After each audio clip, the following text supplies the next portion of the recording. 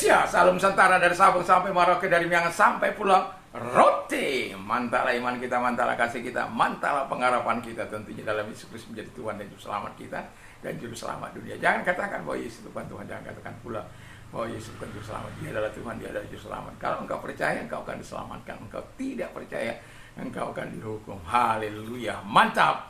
Karena Yesus sudah berkata dalam Yohanes 14 ayat yang ke-6, Akulah jalan dan kebenaran dan hidup, tiada seorang sampai kepada Allah kalau tidak melalui aku.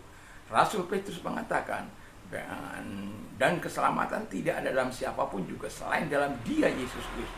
Karena di bawah kolong langit tidak ada nama lain yang diberikan kepada manusia yang olehnya kita diselamatkan. Dan ketiga, dan Rasul Petrus mengatakan bahwa percayalah kepada Tuhan Yesus Kristus, maka engkau dan seisi rumahmu akan diselamatkan. Engkau akan diselamatkan, engkau dan seisi rumahmu. Mantap. Dalam Yohanes 16, dalam Kisah Rasul 16 ayat 31. Kiranya kuasa Tuhan, kuasa firman, kuasa Roh Kudus, kuasa iman, kuasa doa akan terus menyertai kita dimanapun kita berada.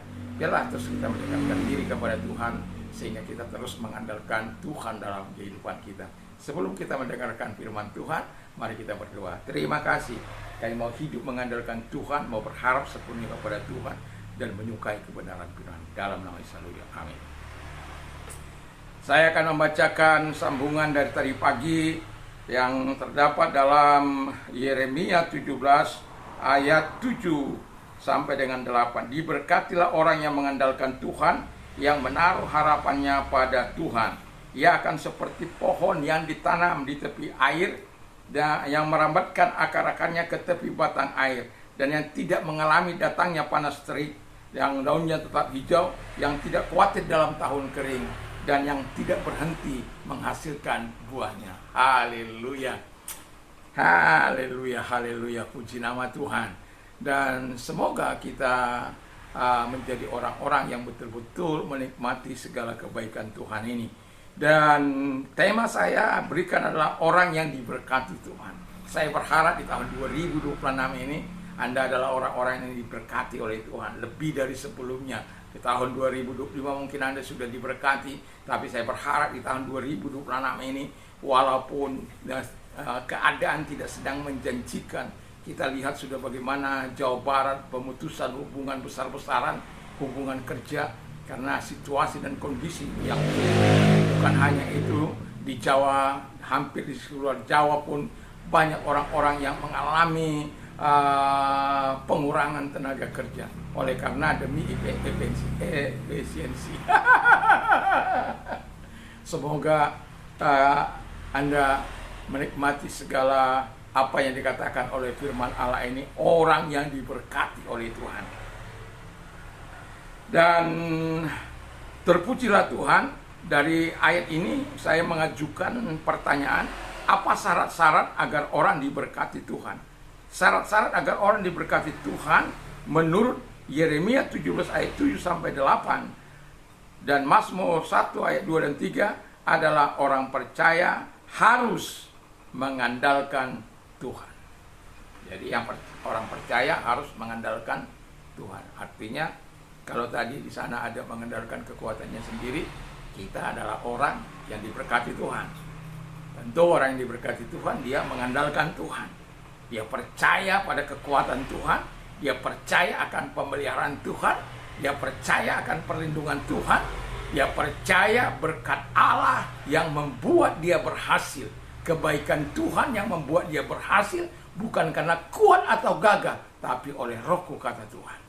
Dan kalau itu kita sadari bahwa keberhasilan kita bukan ditentukan oleh hikmat kita, oleh kekuatan kita, oleh kepintaran kita, oleh kecerdasan kita, oleh relasi kita satu dengan yang lain, tapi oleh karena Tuhan. Jadi kalau karena Tuhan bukan berarti kita tidak perlu berrelasi, bukan. Tuhan bisa menutup, Tuhan bisa membuka. Kalau Tuhan yang membuka, tidak seorang pun dapat menutup. Kalau Tuhan buka berkatnya kepadamu, tidak seorang pun dapat menutup. Bayangkan, di tengah-tengah orang-orang yang tidak percaya pada waktu itu, situasi sangat sulit. mungkin seperti hari-hari ini. Tapi dengan kesungguhan hati, Ishak menabur di tanah Filistin. Anda tahu apa yang dilakukannya? Dia menanam. Alkitab katakan 100 kali ganda hasilnya.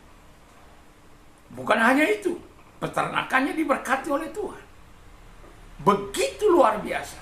Yang mau saya katakan, Ishak itu mengandalkan Tuhan, percaya akan kebaikan Tuhan, percaya akan pemeliharaan Tuhan, percaya bahwa Tuhan yang memelihara dia, sehingga dia menikmati apa yang disebut 100 kali ganda berkat. Haleluya, haleluya. Berkat daripada Tuhan itu.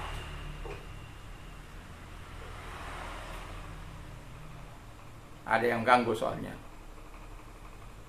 Ya, ini lagi khotbah tapi ada gangguan. Mohon maaf. Jadi kita sebagai orang yang percaya kepada Tuhan, kita harus menyerahkan hidup kita.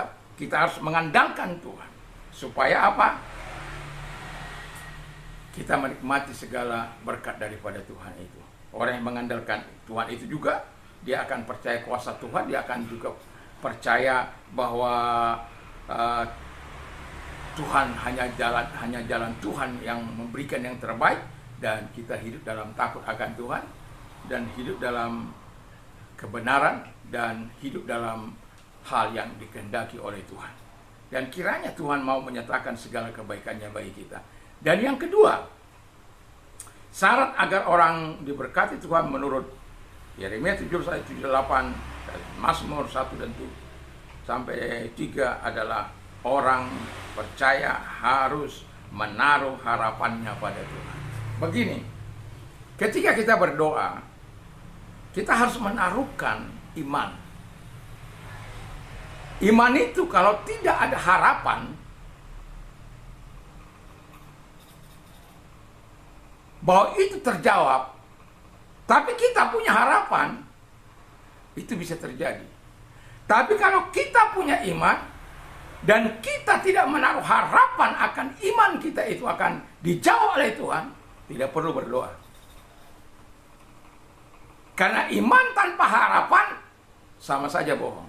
Kau akan hanya membuang waktumu, membuang segala hal itu menjadi sia-sia. Tapi kalau engkau menaruh harapan pada Tuhan, apa yang diimani pasti terjadi, itu bisa terjadi.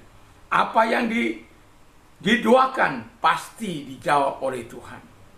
Apa yang kau percayai dengan firman Allah, karena engkau punya harapan, Allah akan mengabul, akan menggenapi firman. Jadi harapan itu memegang peranan yang sangat penting dalam hidup. Bayangkan kalau kita tidak punya harapan di tengah-tengah situasi yang sulit. Kita akan segera mengambil tali, kita bunuh diri. Atau mengambil baygon sayang, kita akan melakukan itu. Tapi saya katakan jangan lakukan itu. Miliki harapan dalam Tuhan. Supaya engkau melihat Allah berkarya. Allah menyatakan kekuatannya, kekuasaan. Karena apa? Orang yang diberkati oleh Tuhan itu adalah orang yang menaruh harapan. Dia bukan hanya mengandalkan Tuhan, tapi dia juga menaruhkan harapannya pada Tuhan. Kalau engkau menaruhkan harapanmu kepada Tuhan sebagai orang-orang yang diberkati, ingat, saya mau katakan, ingat bahwa Tuhan konsisten menepati kebenaran firman Allah bagimu kalau engkau mengimani dan mempercayai. Kalau engkau sungguh-sungguh hidup bersama dengan Dia. Saya bersyukur punya Tuhan itu.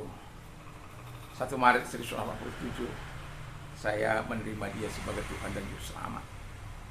Dan hidup berbalik Allah. Bukan berarti saya terus langsung hidup kudus, tidak. Tetapi melalui proses yang panjang, Tuhan melatih iman saya, Tuhan melatih pengharapan saya, Tuhan melatih hidup saya, dan saya melihat bahwa Tuhan itu tidak pernah mengecewakan. Luar biasa Tuhan itu.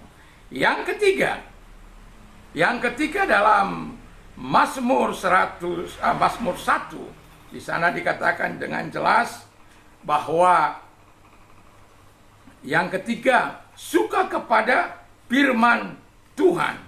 Jadi kalau kita orang yang mau diberkati, kita tidak mau membaca firman Allah dan kita tidak mengimani firman itu, sekali lagi saya katakan, Tuhan hanya konsisten menepati janjinya.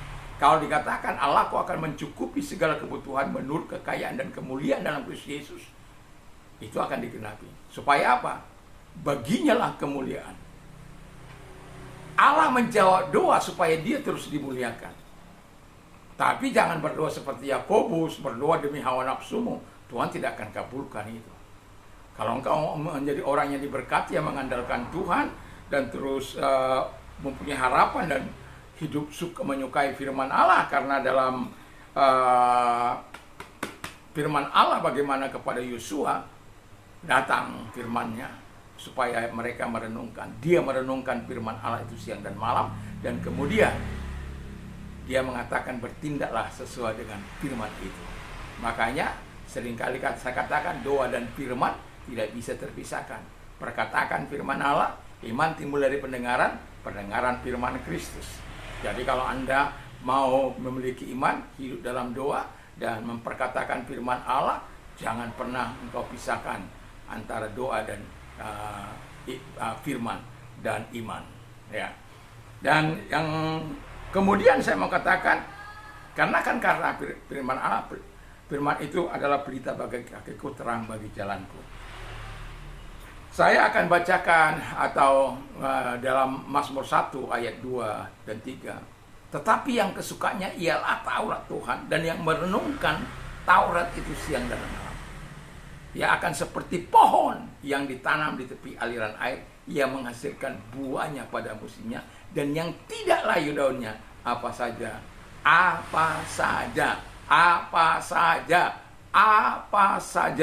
yang diperbuatnya berhasil. Kita lihat bagaimana Yosua memimpin Israel, seluruh tanah jajahan, tanah yang dijanjikan oleh Allah itu diserahkan dalam pangkuan atau dalam tangan. Negeri-negeri yang ada pada waktu itu diserahkan ke tangan Yosua supaya dibagi-bagikan kepada bangsa Israel pada waktu itu. Jadi Tuhan tidak lalai untuk menepati janjinya. Tapi pertanyaan saya, apakah kita orang yang mau diberkati oleh Tuhan? Kalau mau, saya berharap kita terus mengandalkan Tuhan, berharap kepada Tuhan. Biarlah kita menyukai firman-Nya dan merenungkan Taurat itu siang dan malam, sehingga berdasarkan Taurat itu kita bertindak, atau berdasarkan firman Allah itu kita bertindak. Kiranya Tuhan Yesus memberkati kita. Mantap. Dan saya menghimbau kepada setiap kita yang ingin berdonasi, ada nomor-nomor di bawah ini, dan ada nomor HP juga. Kalau Anda ingin konsultasi, silakan. Kami membuka 24 jam bagi Anda. Dan tapi internet saya nggak sampai ke kamar. Saya memang membatasi diri supaya internet saya tidak sampai ke kamar, supaya tidur bisa nyenyak. Yang mau saya katakan adalah bahwa ketika Anda membutuhkan, kalau dikatakan, saya biasanya tidur dari jam apa, kalau yang biasa jam 12 itu baru saya tidur. Ya, jadi itu sudah bertahun-tahun, dan saya bersyukur bahwa Tuhan itu masih tetap memberikan saya kekuatan yang daripada Dia. Karena apa? Saya ketika tidur, saya sudah katakan begini, saya tidak lagi meminta jam tayang saya atau jam yang sudah harus saya tidur 7-8 jam. Saya tahu itu secara ilmu kesehatan, tapi saya hanya minta dipsilnya Tuhan, sehingga ketika besok pagi bangun, makanya pagi-pagi sekali datang berdoa kepada Tuhan. Sebelum orang bangun, kita harus berdoa. Sebelum orang bersuara di tempat-tempat kita sudah harus datang kepada Tuhan. Gampang tentu tidak, tapi Tuhan akan tetap memberikan kekuatan kepada kita. Kiranya Tuhan Yesus memberkati. Mantap, mantap, mantap. Dan Mari kita berdoa. Tuhan Bapa di surga, terima kasih, kami bukan orang-orang yang mengandalkan diri kami atau mengandalkan kekuatan kami, atau hati kami menjauh daripada Tuhan, tapi kami adalah orang-orang yang mau diberkati Tuhan dengan cara hidup mengandalkan Engkau, hidup sesuai dengan menyukai firman-Mu, dan juga Tuhan Bapa di surga menaruh harapan pada Tuhan. Terima kasih, kami bersyukur. Dan kalau engkau sedang sakit, apapun sakit penyakitmu, percayalah bahwa Tuhan mampu menyembuhkan engkau. Arahkan tanganmu kepada Tuhan, mari kita berdoa. Dalam nama segala sakit penyakit yang mereka derita, aku perintahkan keluar, dan oleh bilur Yesus engkau sembuh. Dan kami juga berdoa kepada mereka yang hidup saat ini dalam keadaan susah, dalam keadaan depresi, tekanan, trauma, baik yang ada di Aceh, baik yang ada di Sumatera Barat, Sumatera Utara, Sitaro yang baru terjadi Bapa di surga, Kepulauan Siau, dan kami juga berdoa bagi saudara-saudara kami yang ada di Tapanuli Utara, Tapanuli Selatan, Tapanuli Tengah. Kiranya Tuhan memberkati mereka, sehingga Tuhan Bapa di surga, kekuatan daripada Tuhan datang, berkat Tuhan datang kepada mereka, Engkau dimuliakan. Terpujilah Engkau, kami bersyukur dalam nama Yesus, haleluya, amin. Kiranya Tuhan memberkati kita. Mantap, mantap, mantap.